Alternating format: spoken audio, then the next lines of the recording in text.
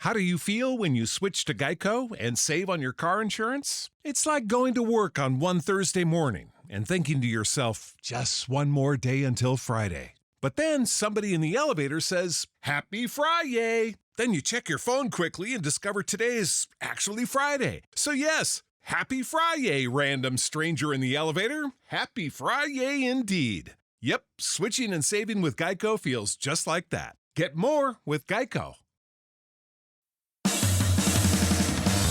Are you ready, kids? Get your parents' permission, check your mailbox, and grab your shopping cart. It's time for the Adventures in Collecting podcast. I'm Eric. And I'm Dave. Welcome to Adventures in Collecting, where we talk toy news, culture, and hauls, along with our journeys as collectors. Hello, everybody, and welcome back to Adventures in Collecting. Hello. I wave Dave, now. You can. Yeah. Still adjusting to this wonderful world of video. Well, welcome back to Adventures in Collecting. I added a new decoration, a New York Liberty pennant. Wow, look at that. There's lots of new things in this room that I can't turn the camera around and show right now because it would be disturbing and alarming, the amount of boxes.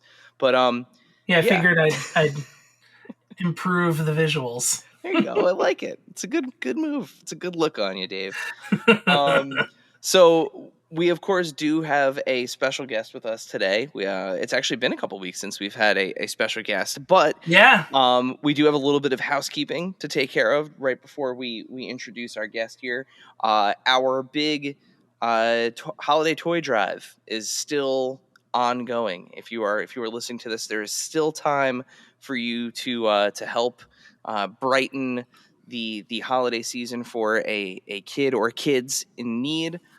We, of course, have partnered with our friends, local New Jersey toy store, Chubsy Wubsy Toys and Collectibles, based out of Little Falls. What we're doing is we are incentivizing your generosity. So if you are kind enough to donate, we will enter you in to win a HasLab Marvel Legends Giant Man.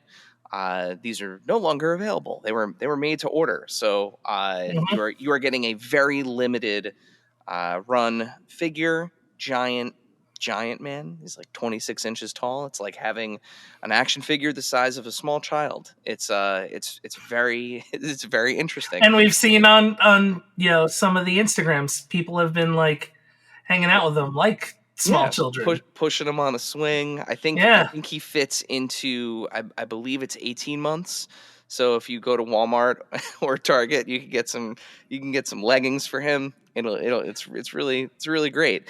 But in order to participate in this giveaway, you need to do a couple things. So you need to first and foremost make sure you're following us and Chubsy Wubsy Toys on Instagram. And by the way, all of this that I'm about to rattle off is available on our Instagram at AIC_podcast. It is our pinned post. You'll see it right at the top there. It's got all the rules, but quick rundown. There's a couple things you need to do on Instagram. So you got to follow us, follow Chubsy Wubsy. You got to leave a comment tagging 3 friends. Sharing the post is great. Get the word out there. And then, of course, you need to actually make your donation. So we're taking care of all of the legwork for you. Just go to ChubsyWubsy.com, make any toy donation, $9.99 or larger. And in the checkout process, there'll be a little window. You can put your Instagram handle and the word donation in there and set shipping to in-store pickup, and we'll take care of the rest. So this toy drive is running until December 12th. So you still have some time to be a part of it and potentially win yourself a Giant Man. But most importantly, we're making it really easy for you to donate. For the holidays, make the holidays a little special for somebody who. And there's no if you donate multiple times or anything, you get multiple. If you're in, you're in. Everybody's got the same shot. Yep. So, again, at AIC_podcast on Instagram, pinned post, all the information's there.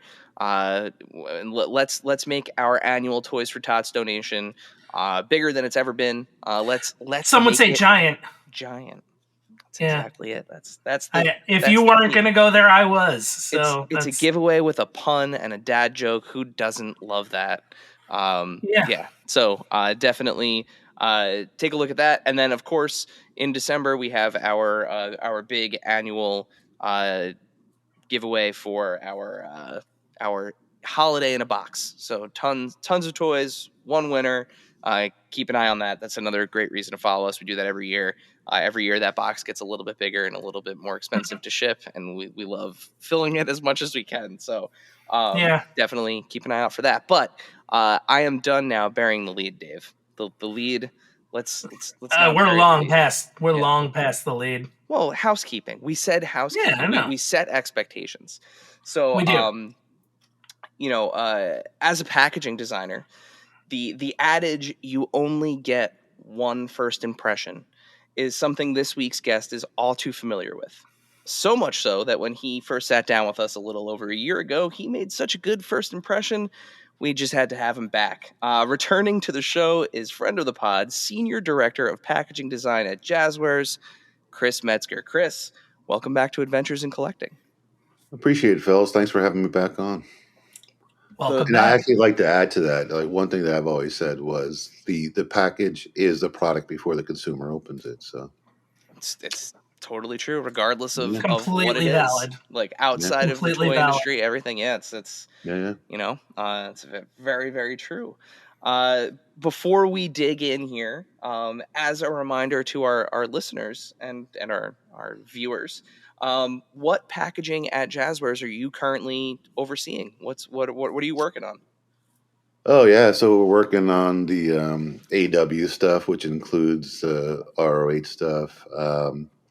We've got a couple anime brands now. So we have a brand called Total Anime, which actually it's in stores now. And that is licensed through Crunchyroll. So it's a pretty vast portfolio of anime.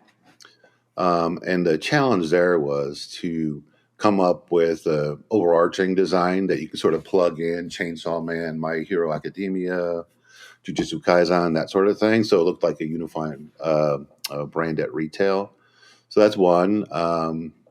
Another big one, anime-wise, it was announced that we are actually doing the Last Airbender Avatar. It's very cool.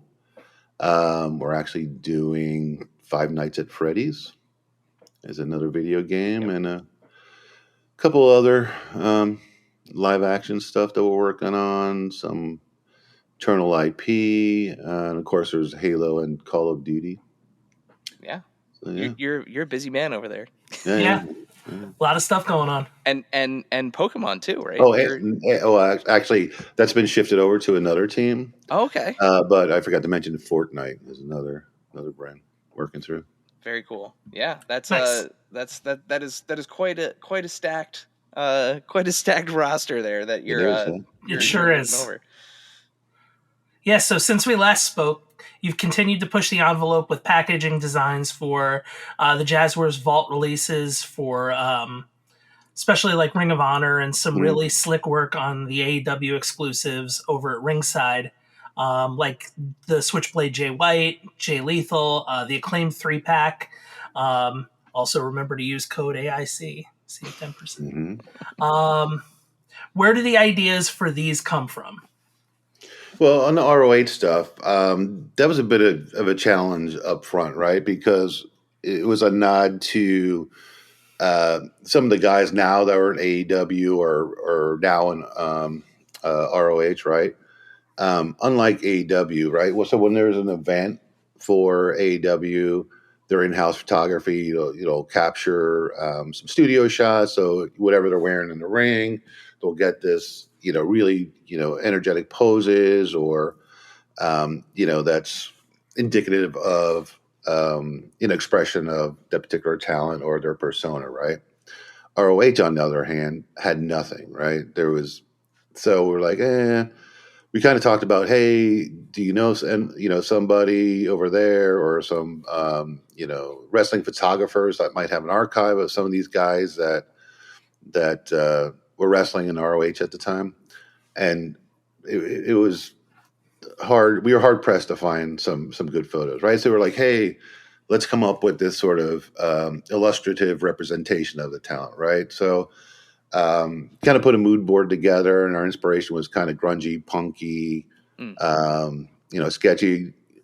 Maybe 3 colorways, just red, white, and black, similar to the ROH logo. And so we found this really talented, super talented illustrator on Instagram. Her name is Mel Coleman. So I reached out to her. I'm like, hey, Mel, you interested in doing it? She's like, I'd love to, whatever. And so that's how we kind of rolled out the whole ROH thing. And, I'm sure you've seen our releases on the ROH. There has that ROH branding look to it. And I don't know if you noticed the actual package of the package structure is actually the O from ROH. Yeah, it's in that shape. Yeah, it is. Mm-hmm. Yeah, I'm thinking about it. I'm actually looking at my. I got Brody. Was the most recent one that came our way, and yeah, I mean, I love that entire treatment. Like you said, kind of that. Yeah, because even the 2-packs are like a bigger version of it. It's almost like it's on the side. Round. Yeah, it's just a wider O. Yeah, it's ring of honor. Yeah.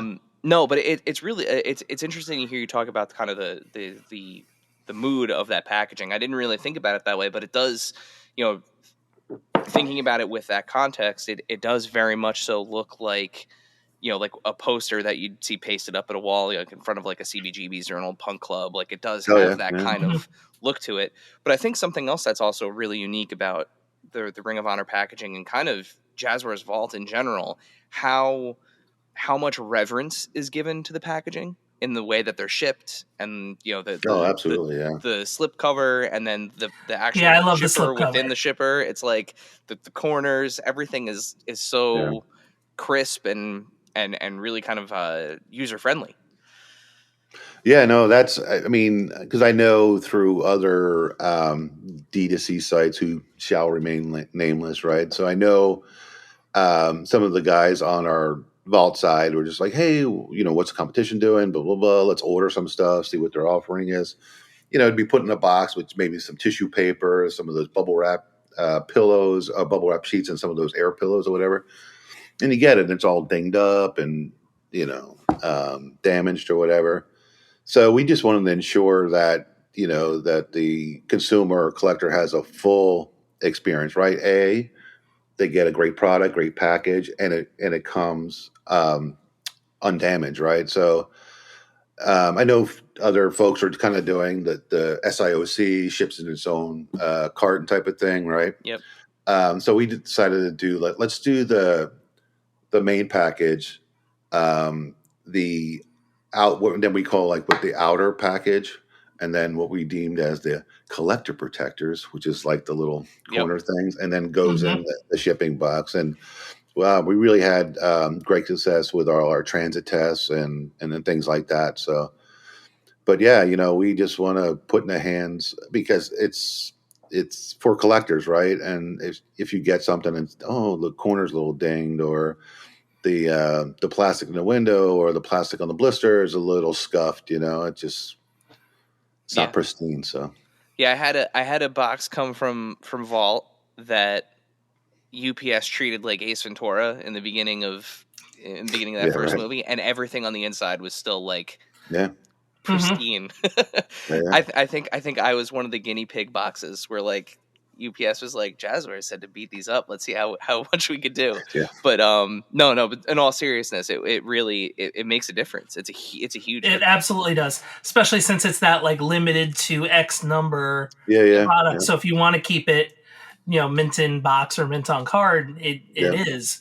But it's also too, even though it's like the AEW, relative brand now being under the same umbrella, it's still a different style than the Unrivaled and Unmatched. So for sure, it's still going to be its own thing, which I really like. And what we try to do is we try to keep it, any of the ROH stuff or even the ringside stuff, the same footprint as it might be the Unrivaled, Unmatched, or any other exclusive. So if you get ringside, single fig. All those dims are the same. So for the collector who wants to bookend them on a shelf or whatever, so there's no variation in the height or the modularity of it as well. Yeah, that's super cool. Well, and you brought up ringside there. So the those are also a completely different treatment, and I feel like those are each one of those kind of one-off deliveries, like whether it's the Acclaimed with the boombox, which is I think is honestly one of the coolest action figure packaging of all time. That boombox is amazing. Last time you were on, we talked at length about the Danhausen with the cape. Right. Yeah. But tell us a little bit about some of those newer ones, like the Black Machismo and Switchblade. Like, where do those kind of design ideas come from? Tony Storm just hit too. Oh yeah. Tony Storm. And Takeshita. Yeah. So one of the guys on my team is Steve D-Jack, right? Or J-Jack rather. It's like his name is like 17 letters long. And it's I'd like to like a lot of Z's, K's, C's, and I like to buy a vowel, but it's pronounced D-Jack. Steve, a super talented guy, right? So we collaborate on these ringside items, and like you said, it's a one-off, right? We want to tell a story for each individual character, not only reflect the talent's personality, but backstory, or even a moment in time as well, right? So if you look at the boombox, they're hip hop guys, may seem obvious or whatever, but rather than doing the fifth panel from the top or from the side, let's fold it down so it can be like, a playing display, dance floor or whatever, right? Timeless Tony Storm. Again, it's like one of those things that may seem obvious, but the whole silent movie starlet type of thing, old school Hollywood. Kind of pulling in the black and white sepia toned film strips, and the pops of color on her lip and all that sort of stuff. So, and I think the important part is to have the product complement the packaging and have the packaging complement the product, right? So it's a little sort of two-way street there, little symbiotic relationship. And you pull in the colors, you pull in some of the gear that the figures are wearing, in the package. But yeah, I think it's just like have that complete total package, no pun intended there. So well, how involved, if at all, are the talent in their packaging or art direction? It depends, right? So, I think, as I understand, when we submit concepts or whatever, so what we'll do is we'll look to, either some of the, deco on the gear, which is, actually what they wear in ring, or we'll take a look at their entrance videos, or even some of the apparel that's out there, right? And let's figure out like, hey, what's a cool visual story to tell here, right? I know, some of the talent's very particular, and then some of the talent is like, cool, I haven't seen this before, but this is amazing, right? So I think those moments where there's pushback is few and far between, and it's pretty cool. You know what I mean? It's like the talent themselves. If we need them to like, hey, if we need like a particular pose or a particular gear, they'll be happy to accommodate us for sure. It's interesting, right? Like, we're going to get into this in a moment. As somebody who has the experience of being a creative director and like managing all these different brand style guides and and lookbooks and everything, it's almost like when at least that's the way that you talk about it, right? Is like AEW has their own look and feel and has their own style guide and like the way that they use the logo and colors and kind of that that array, but then almost the talent then have their own sub style guides that you then have to apply the thinking of that to, like it's just it's wild. It's wild. And one of the things that Jazwares has done so well with the AEW line, or since launch, really, is nailing the accuracy, like to the point where, like, a lot of times on the box, right, like the back image has a date, a location where that kind of moment in time took place. And I think a lot of wrestling figure collectors and fans appreciate that attention to detail. I know we do. No, yeah, absolutely. It's awesome. Yeah, and it's funny, on the very, very, very rare occasion, we may say, like, you know what, this is a better photo of so and so, and the gear that the wrestler is wearing at the time of the match better reflects of what's in box figure wise. So here, put this photo in. It may have been like, it wasn't Dynamite. It was a Collision match like the day after or whatever. And then, we get out here on social. That was actually not that day, blah, blah, blah. Let me adjust my glasses. Well, yeah. No, but it's all good. But we totally appreciate that feedback, and it's great to know that the fans are actually paying attention to that sort of stuff. So it makes, us want to be even more diligent, and try to get it right. Yeah, it's really cool. Very much so. And now, a word from our sponsors. This segment is brought to you by our friends at Chubsy Wubsy Toys. A traditional mom-and-pop toy store in Little Falls, New Jersey, Chubsy Wubsy Toys brings you the best new toys from the brands you love without the hassle of pounding the pavement searching for them at larger retail stores. Visit them in person at their brand new home at 101 Newark Pompton Turnpike, Suite 1 in Little Falls, New Jersey, or online at chubsywubsy.com. That's CHUBZZYWUBZZY.com. And tell them Adventures in Collecting sent you. And now, back to the show. So shifting gears a little bit. Sure. Diving into your past. Last time we were on, we talked about some of the unique... you want the redacted version? Is it you're going to show me something with like a bunch of black lines through it or something? No. I found your very well organized portfolio that you have posted, and something jumped out at me that in your material that you had, you during your time previous to Jazwares. Did a little work on some Marvel products, Sure, and one of the things that in your portfolio was very interesting to me. You had packaging designed for Spider-Man 4.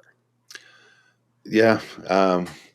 So the thing is with my online portfolio website probably hasn't been maintained in about 10 years, and that was a tool that I was using to get freelance and ultimately get a job at Wicked Cool, now Jazwares, right?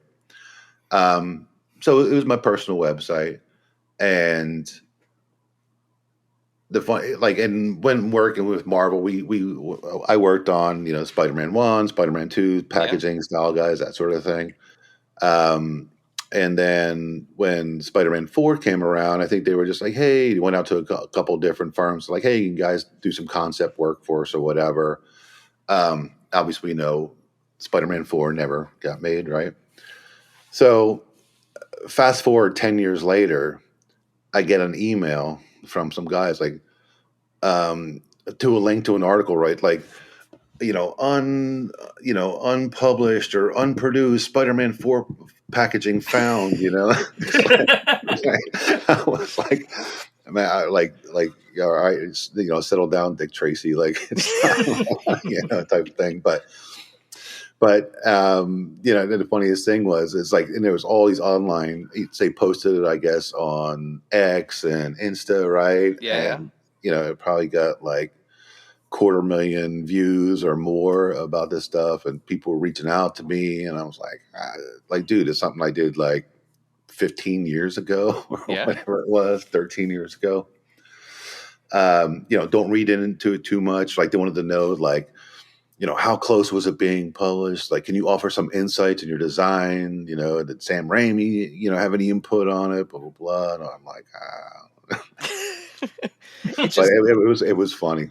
It's one of those things, right, where, and clearly, little bit of a rib. We understand that. It's the way that it works. Sure, yeah. But it's just one of those things, right, where like, I think, and we were talking a little bit about this before we started rolling, but like the amount of runway that exists in like the toy industry, and we talk about this with guests from all walks of company, whether it's one man run indie company where the one guy's doing the toy design, the art direction, he's doing everything, right?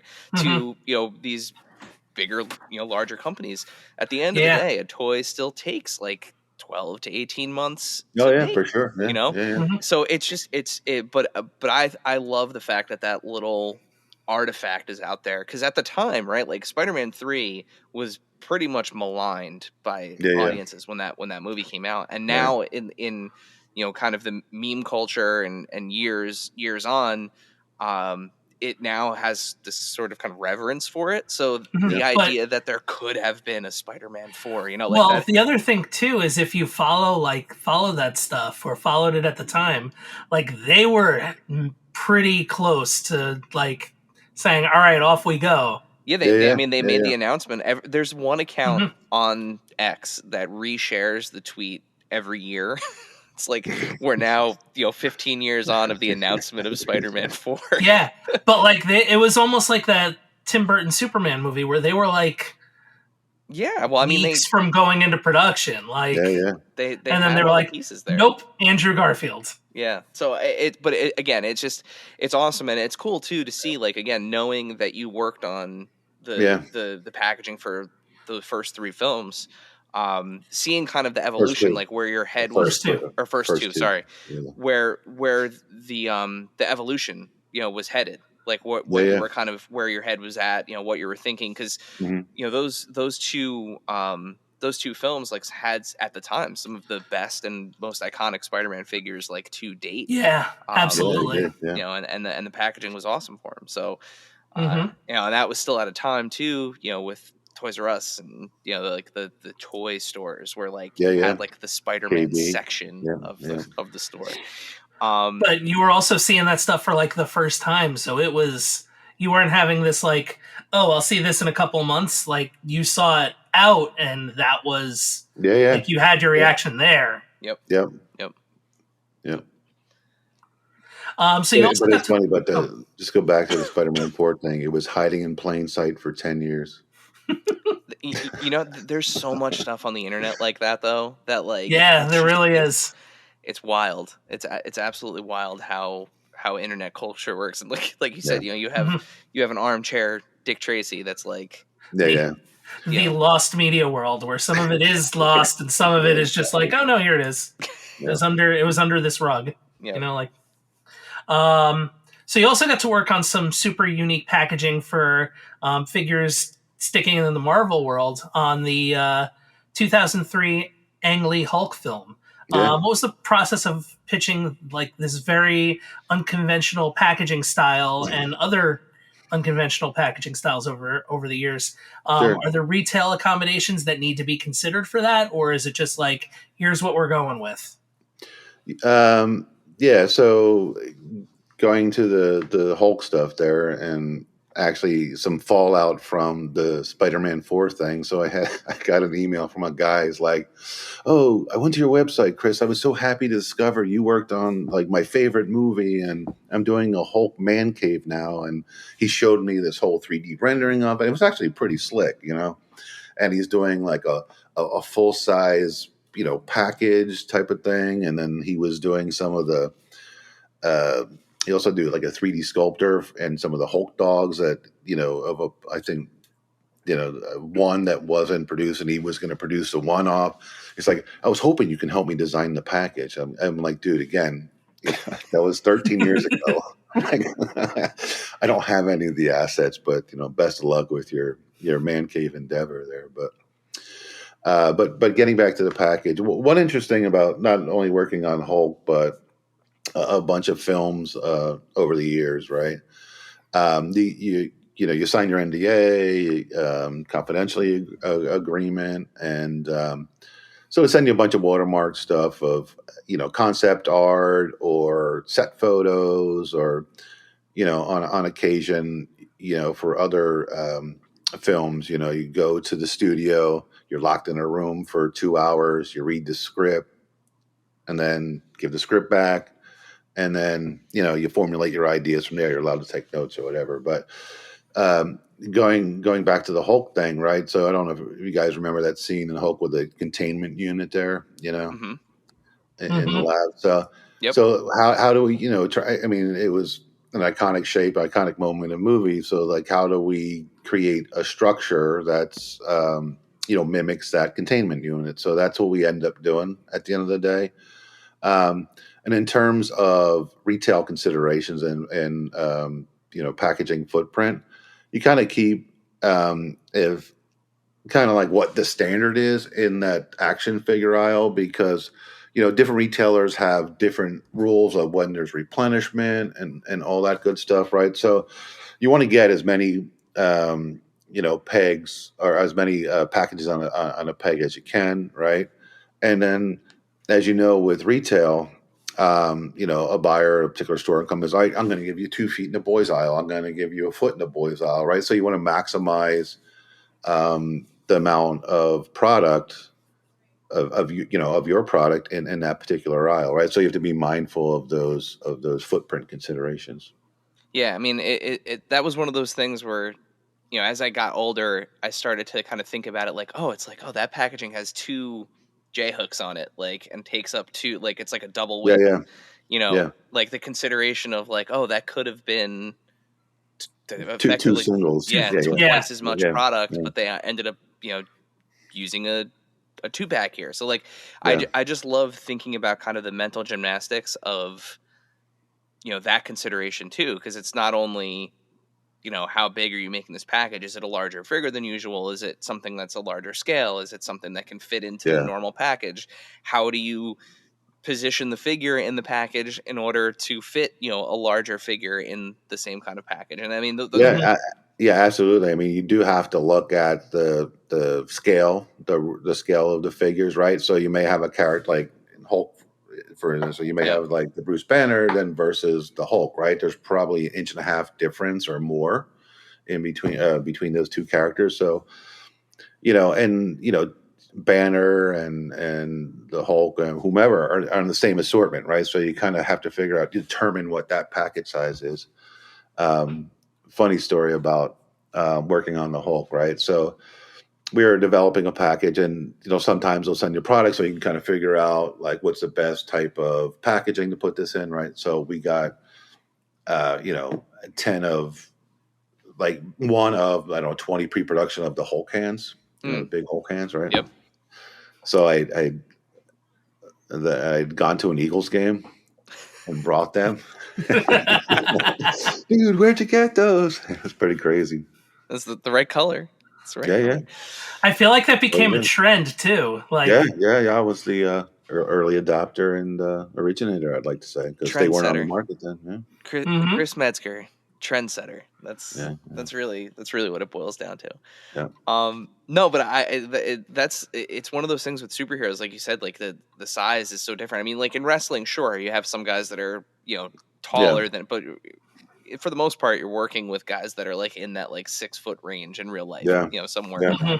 But like, I just got a certain action figure that I was shocked that it a taller than average figure in the same bubble as a normal size, and the way that they did it was like the tray kind of just ended and her legs were just crouched so that way she could fit in there, and I was like, oh, that was clever. Okay. Cool. Yeah. Must have been a partial window box then, huh? Yes, not it a was. Full blister. Yeah. Yep. It had like a little, trying to see if I could, no, actually, you know what, it was a full blister. Oh, was it? But it has the little like cutaway thing at the bottom. I don't know what you call it. So we got like a blister band, right? Yes. So it kind of hides. Yeah. Yep. Yeah. Yep. So Very, very, very interesting. I again, like that, the mental gymnastics of, of dealing with that. And something else that I think is a fun consideration. We kind of alluded to this earlier on when we were talking about the Ring of Honor packaging and kind of Jazwares Vault. But like ultimately, when it boils down to it, right, you have two types of collectors. You have the ones that are leaving things in the box and ones that are opening it.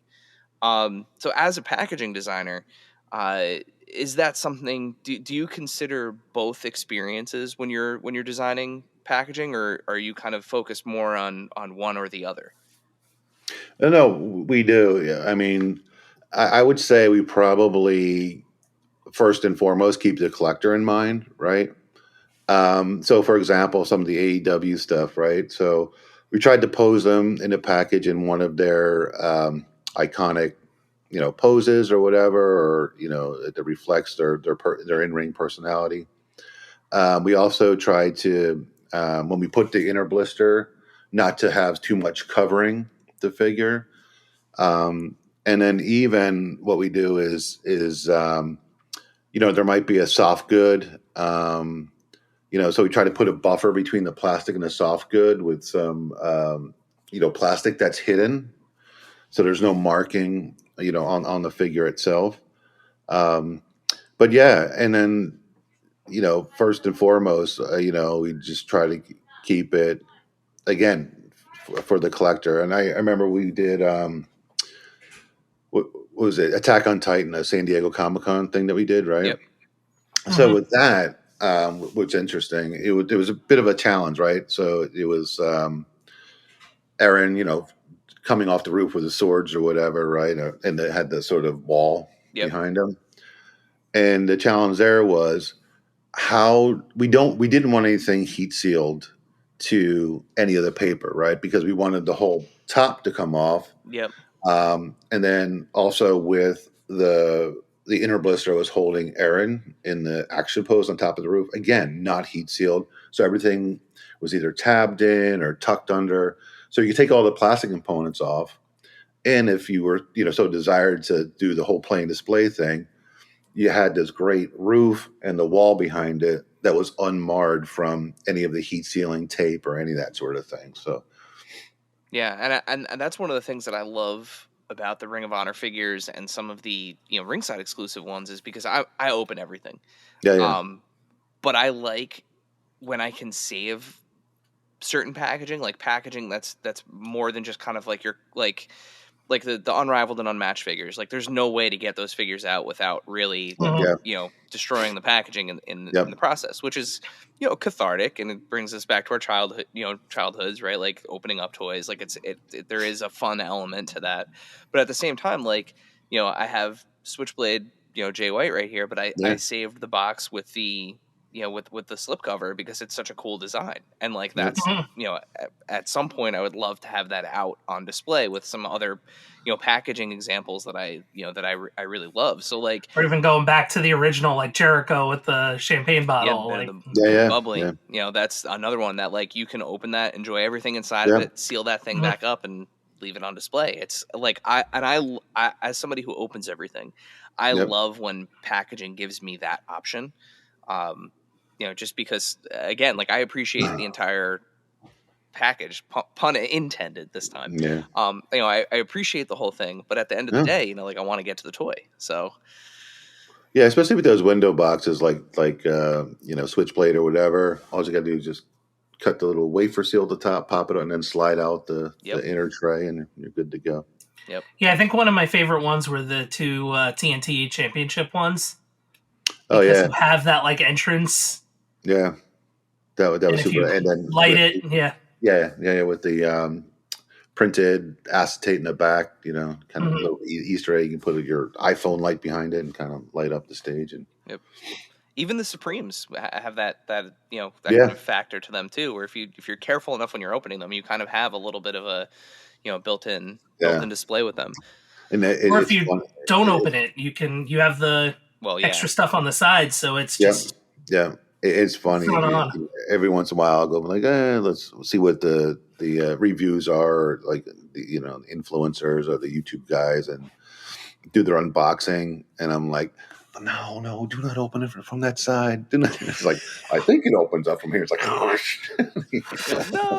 no, you missed the point. Yeah, it's one of those things. It's interesting.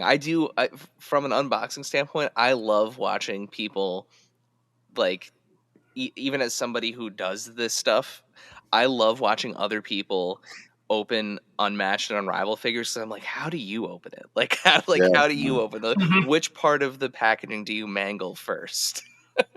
But have you figured it out? So now I do it from the bottom. Yes. Is how I open them. And and then you can slide out you slide the tray out and you leave but like, I love when people go for the top. Or just chaos, like pure. There's little like strips of cardboard that are coming off. There's like, but I go from the bottom now. He's got. Well, I remember the first time I opened up. I remember the first time I opened up the Ring of Honor figure. I'm like, okay, I see tape. Oh wait, this is a slipcover. Yeah. Yeah, I mean, there's something to be said about the chaos of opening like a classic like blister card, where it's just like, like, rip it off, and something to the the alternative. I think it's a little bit for everyone. But with that in mind, like everything that we've kind of discussed, you've talked a lot about the successes, right? The things that have gone right, the things that the kind of how smooth the process generally is. But what are some of the challenges that you've kind of faced over the years, and things you've encountered while designing packaging? Yeah, I mean, I would say some of the challenges are, if you want to sort of come up with a design that uses like an unconventional structure or material or printing technique, you have it in your mind, and sometimes it's just not achievable in mass production, right? So you kind of have to tone it down a little bit or modify it so it can meet efficient production standards, right? Because as you know, these things are whipping off assembly line, and there's a couple people just like folding them up, handing it to the next person. But if it takes a little bit too long for that to fold up, the factory like, no, it's yeah. So I mean, there's some things that you think it's the greatest idea, whatever, and in practice it's just like, nah, it's just not going to happen, right? So, well, like for example, like the unrivaled and unmatched packaging, like how long did it take for you to kind of land on that design for those two kind of like main line? I mean, I know like some of a couple other people were working out prior to I jumped on the line, specifically Kevin Tully, and if Jeremy Padella, right? Of course he was over at Jack's when they did the classic or yeah. So you can see our packaging is kind of a homage to that type of thing, right? And that was very, very specific and very intentional. But yeah, just coming through like the die line and how it figures out, right? So like, I think some of the challenges are like, you've got to figure this out, and you can do your drawing of how it appears in 3D or whatever, but like ultimately it's going to be printed flat and die cut, right? So how do you translate that 3D to 2D so it could be produced in an efficient manner, right? So it's always a challenge to get something that works the first time. So you've mentioned a couple times throughout the episode here of like working with other super talented people, artists, that help you kind of bring these packages to life. So, little known fact about Adventures in Collecting, we do have a hotline. We often have to dust it off. People forget that we have a phone number. We get I'm gonna air in a can. Yeah, I'm gonna read it off right now because it's been a while since we've said it on air. But if you are listening and you want to leave us a message and you want to be heard on the show, we will accommodate. will accommodate. And our number is 1-973-750-8256, and you can call it at any time of the day. You will not bother a single person. It is nobody's house. Yeah, you're not calling somebody's cell phone a house. It will go straight to voicemail every time. Do not be scared. However, the robotic AI thing that was answering the phone is now a skeleton. So yeah. Just know that nobody's answering it. Yeah, it's just there's no. We're going to hear it later. But anyway, so we have somebody that reached out to us, Chris, a familiar friend. He's going to introduce himself, I think, on this voicemail. But he left us a voicemail, so I'm gonna play it, and we'll respond to it. So here, let's I'm gonna hold it up to the mic here. Hi, this is Harry Moore, and I just wanted to leave a little message for your podcast that's coming up with Chris Metzger. You and your fan base may know what I have done in the toy industry for the last few years, but I just wanted to give a shout out because Chris Metzger is the person that gave me my foot in the door to the toy industry. And I don't want to hijack his podcast, but maybe a good subject for him to talk about would be all of the artists and illustrators that he's kind of dealt with in his role in the day-to-day, that he has given some people their first start, and also, what it's like to try to manage an illustrator and get, the desired results. It's not easy, and he has a lot of patience to deal with people like me. Good luck. So Harry Moore, incredible artist. Harry, thank you for calling in. Yeah. Listeners, you might be most familiar with his most recent work. He did a lot of work on the Marvel Legends VHS box art. He does a lot of the art on the retro releases.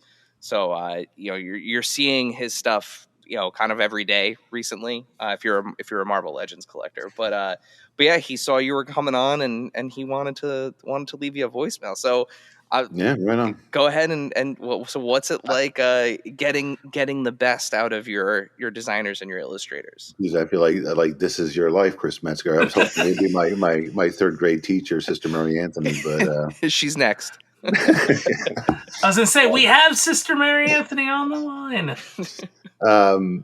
No, I mean, Harry's a super talented guy, and I remember when he first came in, he was working on some of the X-Men stuff and some of the Avengers stuff. And it's funny that some of the Spider-Man retro stuff that he's working on now is actually stuff that I had worked on, 20 years ago, maybe. So it's cool to see it come full circle that way. But, getting back to, managing, artists, illustrators, that sort of thing, and being patient with them. I don't know. I kind of feel in the same boat sometimes with, my marketing and branding counterparts as well. You know what I mean? Be patient with the creatives, right? You just got to respect the talent, right? And, if you're patient with them and respectful to them and push them, you're going to get the very best out of them, right? And Harry, when he first came to work for me, he was just out. He was a younger kid, full of talent and energy, and and you just got to harness all that and focus, right? Because we're creatives, but we're in the business of toy packaging, right? So there's a balance there, right? To not only be creative, but sort of be in line with the overarching business objectives, right? So, yeah. Like I said, there was a couple other guys, probably not, just Mo Musa, really talented guy. Now he does infographics at some place in, I don't know, West Coast somewhere. A couple other super talented illustrators, a guy named Don Cassidy. He's used to be out of Kansas. I think he's down in Tennessee now. But yeah, and the one of the most recent illustrators I've been working with, I mentioned before, the ROH stuff. Mel Coleman out of Toronto, and super talented. And you just gotta push them and get the best out of them. Yeah. And Harry actually backed me into a question that I was going to kind of throw at you here, which is what is it like seeing those designs that you literally, like, you pioneered, you put those together. They're some of the most iconic, Toy Biz era designs. Like, they're back on shelves with seeing them come back to life. them. Like, it's crazy. What is that like for you? No, it's cool, and it's just like what goes around comes around. What is old is new is popular again, right? And I just appreciate the fact that Harry gets to work on them, so it's kind of come full circle, really. Very cool. So yeah, very awesome. This is the part of the show where we normally have a Q&A. We're going to try something different this time. We got a lot of questions that were like kind of very similar and stuff that we talked about a lot on the last episode. So I was just privately DMing people, like, go listen to the last episode. So what we're going to do is, instead of doing a full Q&A, we have a featured question of the week. So, Dave, please remind our listeners, remind our viewers, if you want to have a question featured on Adventures in Collecting and you're not calling the hotline, what is the other way that they can submit a question to be featured when we have a guest on? So whether we're featuring one question or many, here's what you can do.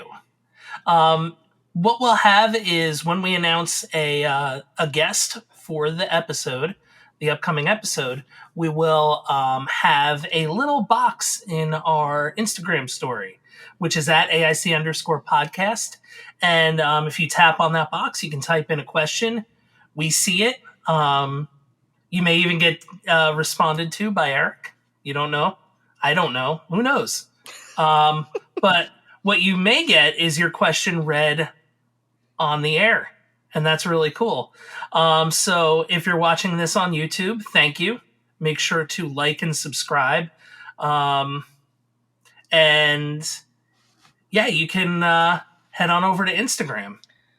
And Dave, that's exactly what you're going to do right now. Is you are going to I'm going to read this question. You're going to read the question. So this is our featured question of the week. So there's also the possibility that I will misread your handle. It has happened many a time. If you misread this one, I'm going to check on it. I'm going to get in the car and come. I think I got this one. Friend of the pod at Toy Farce asks, what are the 3 key ingredients for great packaging? Excellent question, right? And I think we touched on it a little bit before, right? So I think the packaging has to complement the product and vice versa, right? So, first and foremost, it has to be on brand, right? Secondly, I think it needs to show the figure or product in a good light, meaning that it's easily viewable if it's a blister card or a window box. And then, third, just great design, right? But yeah, I mean, it's always a challenge, but if you sort of bring those 3 things together, I think you'll get a successful package, right? There you go. Yeah. And that has been our featured question. I was just going to say brute force and sheer will, but that's also that. Yeah, 5 key ingredients. There's more than 3. Yeah. Persistence. Yeah. Well, no. I think there's byproducts, not ingredients, right? So brute force and sheer will. And what are the byproducts of that, right? That's fair. Yeah. So this brings us to our final question for you, Chris. And as you are a returning guest, our typical first question, or our typical last question that we ask, has been amended. We have a new question for you to answer. Specific for you. Yes, this is tailored specifically to you. The Chris question. Yeah. So when we have a returning guest, it is a more tailored, curated, nurtured question. Yes, yes, bespoke even. Bespoke, yes. Love that word.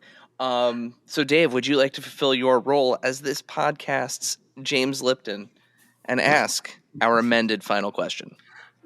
Why, yes, I would. Chris, your amended final question, as you are a returning guest. If you could design the packaging for any product, toy or otherwise, what would it be and why?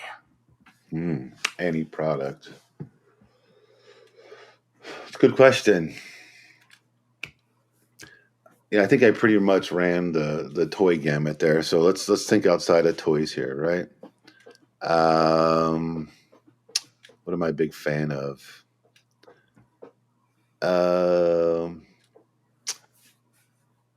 It's a good question. You may have stumped me. I don't know. So, but let's look at.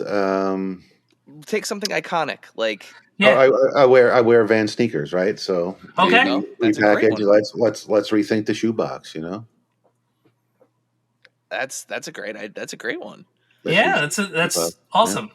Yeah. I don't know why, but the first thing I thought of was like a Coke can. I was gonna say, is it weird that I thought of food too? Yeah, like I went either Coke can, or for some reason I was thinking a Tide bottle. I don't know, but if you're gonna be shocked when I say chicken McNuggets. Chicken McNuggets. Yeah, I'm not shocked at all. That's very not. For you. Yeah, but if you redesign the shoebox, like how many kids are going to be left out the materials and resources do dioramas for their school projects, right? Mm-hmm. So, yep. Yes. No more dioramas. No more cotton ball igloos or marshmallow igloos inside. Yeah. Inside. Yeah. Mm-hmm. Cotton ball clouds. Yeah, that's the one. Yeah. For some reason, that's the diorama that I always remember having to make. Cotton ball snow too. Yeah, snow with like marshmallow igloos. And, exactly. Going to the dollar store and getting like the little dollar store animals to plug in there. Mm-hmm. But yeah, so I would get dinosaurs just for laughs. Well, yeah, you love. Or or break your Wookiee, like Ralph Wiggins. Yeah. Fun toys are fun, indeed. Mm-hmm. So Chris, that's a wrap, man. That's all the questions. Before we let you go, a heartfelt thank you for taking the time to chat with us. It is always a pleasure. We are fascinated by the how the sausage gets made, part of the industry. So hearing the ins and outs of the packaging is always fascinating. Yeah, hearing about the art that goes with the art. The art of the art. But remind our followers, our viewers, where can they find you on Instagram, online, and where can they get the latest news on all things Jazwares? So I think my Instagram handle is C_M_Metzger, METZGER. And then follow Jazwares on Insta. I think it's just Jazwares. Yep. And if you want to follow the AEW stuff, it's AEW by Jazwares on social. So yeah. Awesome. Have a look and follow. Well, thank you again so much for coming on. We'll make sure we put all the links to those handles in the show notes, so that way you can go and tap. And you nailed your handle. You had it. It was perfect. Yeah. So. And with that, I think, Dave, it's time to say goodbye. So let's send us home. Yeah, just make sure to save that packaging. Thank you, dear listener, for hanging out with us today. Subscribe, rate, and review us wherever you listen, and then tell your friends to do it. Thanks also to Joe Azari, the golden voice behind our intro. Our music is Game Boy Horror by the Zombie Dandies. Find more about them both in our show notes. Follow us on social media at AIC_podcast on Instagram and Twitter. Stop by and say hi, show us your toy hauls, and share your toy stories. Maybe we'll talk about it in a future episode. Don't try this at home. Void where prohibited and some assembly required. Each sold separately, not a flying toy. Consult a physician if your toy run exceeds more than 4 hours. This has been a non-productive media presentation. Executive producer Frank Hablawi.